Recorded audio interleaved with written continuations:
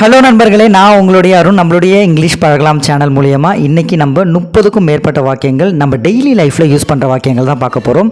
இந்த வாக்கியங்கள் மூலியமாக நீங்கள் இங்கிலீஷ் நாலேஜை ஒரு படி மேலே கண்டிப்பாக இம்ப்ரூவ் பண்ணிக்க முடியும். நம்மளோட சேனலை சப்ஸ்கிரைப் பண்ணாதவங்க சப்ஸ்கிரைப் பண்ணிங்க அண்ட் பெல் பட்டனையும் ப்ரெஸ் பண்ணி வச்சுங்க. நம்மளுடைய வீடியோஸ் ரெகுலராக உங்களுக்கு வந்துட்ருக்கோம். இன்றைக்கி நம்ம பார்க்க போகிற வாக்கியங்கள் சின்ன சின்ன வாக்கியங்களாக இருந்தாலும் அது உங்களுக்கு கண்டிப்பாக யூஸ்ஃபுல்லாக இருக்கும் ஃப்ரெண்ட்ஸ். ஸோ வீடியோ ஸ்கிப் பண்ணாமல் எண்ட் வரைக்கும் வாட்ச் பண்ணுங்கள்.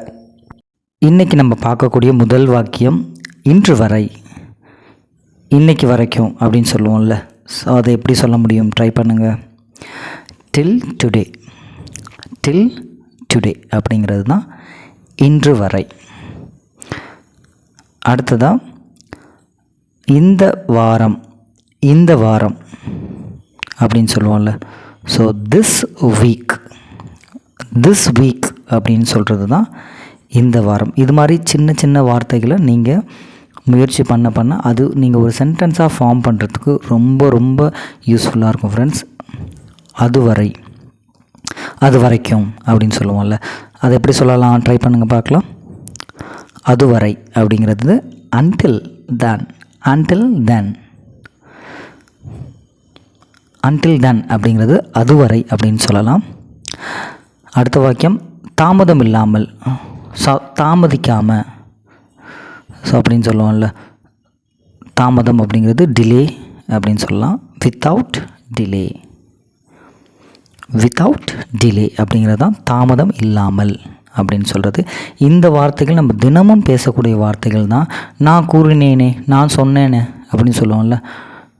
நான் சொன்னேன் அப்படின்னு சொல்கிறது எப்படி சொல்லலாம், ஐ செட், ஐ செட். நான் கூறினேன், பாஸ்ட் டென்ஸ், இறந்த காலம். சரிங்களா? இதெல்லாம் நம்ம அன்றாடம் பயன்படுத்தக்கூடிய வார்த்தைகளில் இதுவும் முக்கியமான ஒன்று. தொடர்ந்து செய், தொடர்ந்து செய், கண்டினியூஸாக செய் அப்படின்னு சொல்கிறோம்ல, அதுதான். கோ ஆன், சிம்பிளாக கோ ஆன். அடுத்த வாக்கியம் இது மாதிரி ஷார்ட்டாக வரதை நீங்கள் முயற்சி பண்ணும் அப்படிங்கிறதுனால தான் ரொம்ப ஷார்ட்டாக கொடுத்துருக்கோம் ஃப்ரெண்ட்ஸ். நான் வெறுக்கிறேன், நான் வெறுக்கிறேன். ஐ ஹேட், ஐ ஹேட். ஹேட் அப்படிங்கிறது வெறுக்கிறேன் அப்படிங்கிற ஒரு மீனிங். சிம்பிளாக உங்களுக்கு தெரியும், நான் அப்படிங்கிறது ஐ. ஸோ அடுத்ததாக என்ன விஷயம், என்ன விஷயம். ஸோ வாட்ஸ்ஆப், வாட்ஸ்ஆப்னு கேட்போம்ல. ஸோ அதுதான் என்ன விஷயம். இது நம்ம ஃப்ரெண்ட்ஸ்லேயோ கொலீக்ஸ்லேயோ, நம்ம வேலை பார்க்குற இடம், நம்ம அதர் ஒரு குரூப்ஸ்கிட்ட என்ன விஷயம்னு கேட்கும்பொழுது இதை நம்ம பயன்படுத்தலாம். இல்லாவிடில்,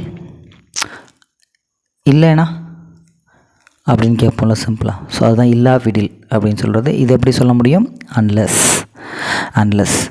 ஒரு வார்த்தை வரிகளை மேக் பண்ணுறதுக்கு ஒரு உந்து சக்தியாக இருக்கும். அதனால தான் சின்ன சின்ன வரிகளாக உங்களுக்கு கொடுத்து முதல்ல பயிற்சி பண்ணுறதுக்கு ப்ராக்டிஸ் கொடுக்குறோம் ஃப்ரெண்ட்ஸ். என்றாலும், அப்படி இருந்தாலும், இப்படி இருந்தாலும் சொல்லணும். ஸோ அது மாதிரி என்றாலும் அப்படிங்கிறது ஆல்தோ, ஆல்தோ அப்படிங்கிறது என்றாலும் அப்படின்னு சொல்லலாம். அடுத்தது பொழுது, பொழுது. வைல், வைல் அப்படிங்கிறது பொழுது. ஓகேங்களா? ஸோ அடுத்த வாக்கியம் வைல் they come, அவர்கள் வரும்பொழுது அப்படின்னு ஆட் ஆகும் ஃப்ரெண்ட்ஸ். அடுத்த வாக்கியம் நேற்றிலிருந்து, நேற்றிலிருந்து, நேற்றிலிருந்து தான் அப்படின்னு சொல்லலாம். அதை எப்படி சொல்ல முடியும், ட்ரை பண்ணுங்கள் பார்க்கலாம். Yes, since yesterday, since yesterday. போன வாரத்திலிருந்து அப்படின்னா சின்ஸ் லாஸ்ட் வீக் அப்படின்னு கூட சொல்லலாம். Since last week. அடுத்ததான் நான் கேட்டேன். நீ கேட்டியா அப்படின்னு ஒருத்தவங்க கேட்குறாங்கன்னா, நான் ஆல்ரெடி கேட்டேன், நான் கேட்டேன். அதாவது இறந்த காலம் இது. நான் கேட்டேன். ஐ ஆஸ்க்டு, ஐ ஆஸ்ட் அப்படின்னு சொல்லுவாங்க. ஐ ஆஸ்க்டு அப்படின்றது நான் கேட்டேன் அப்படிங்கிற ஒரு அர்த்தமாகும். அடுத்ததாக அவனுக்கு, அவனுக்கு. ஸோ அவனுக்கு அப்படிங்கிற ஒரு வாக்கியம் ஷார்ட்டாக முடிக்காமல் ஒரு சென்டென்ஸாக கூட மேக் பண்ணி நம்ம முடிக்க முடியும். இப்போதைக்கு அவனுக்கு அப்படிங்கிறத ட்ரை பண்ணிங்கன்னா டு ஹிம், டு ஹிம். அதாவது இது ஒரு ஆப்ஜெக்டில் முடிக்கக்கூடியது. To him. உனக்கு, உங்களுக்கு அப்படிங்கிறது எப்படி சொல்லலாம்? உனக்கு, டு யூ, அவ்வளோதான். எஸ் ஃப்ரெண்ட்ஸ், இது நீங்கள் ஈஸியாக கண்டுபிடிச்சிடலாம். டு யூ அப்படிங்கிறது தான் உனக்கு அல்லது உங்களுக்கு அப்படின்னு சொல்கிறது. ஓகேங்களா? ஸோ இதெல்லாம் ஒரு வரி, ஒவ்வொரு வரியாக இருக்குதுன்னு நீங்கள் அலட்சியப்படுத்த வேணாம். இதையும் நீங்கள் முயற்சி பண்ணுங்கள், ஈஸியாக இங்கிலீஷ் வந்துடும் ஃப்ரெண்ட்ஸ். அடுத்ததாக அவர்களுக்கு டு தெம் அப்படிங்கிறத அவர்களுக்கு அப்படின்னு நம்மளால் சொல்ல முடியும். அடுத்த வாக்கியம்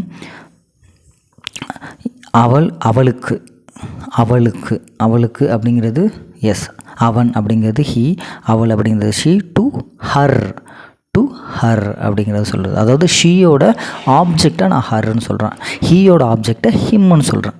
ஓகேங்களா? ஸோ ஷார்ட்டாக டு ஹர் அப்படின்னு சொல்கிறது. இப்போதே அப்படின்னு, இப்போயே அப்படின்னு சொல்கிறோம்ல. ஸோ இப்போயே அதை எப்படி சொல்லலாம்? ட்ரை பண்ணுங்கள் பார்க்கலாம், நீங்கள் முயற்சி பண்ணுங்கள். எஸ், நவ் இட் செல்ஃப் அதுதான் இப்பொழுதே அப்படின்னு சொல்லுவோம். ஸோ இப்பொழுதே அப்படிங்கிறது நவ் இட் செல்ஃப். இங்கேயே எப்படி சொல்லுவீங்க?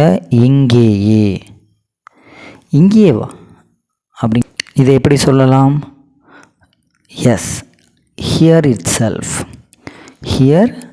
செல்ஃப் அப்படிங்கிறது தான் இங்கேயே அப்படிங்கிற ஒரு அர்த்தம். இந்த வீடுகளுக்கெல்லாம் அப்படின்னு சொல்லுவோம்ல. ஸோ இந்த வீடு அப்படிங்கிறது உங்களுக்கு நல்லாவே தெரியும், ஹவுஸ். டு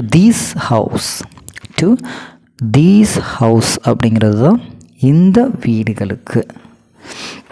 அடுத்ததாக என்னுடைய வீட்டுக்கு, என் வீட்டுக்கு அப்படின்னு சொல்லுவோம்ல. அதை எப்படி சொல்லலாம்?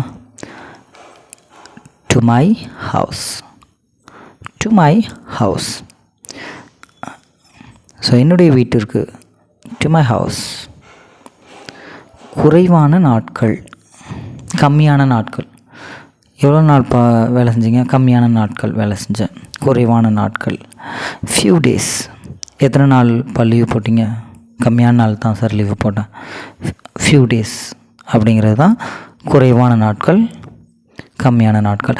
மிக அதிகம், மிக அப்படிங்கிறது டூ அதிகம், டூ மச்.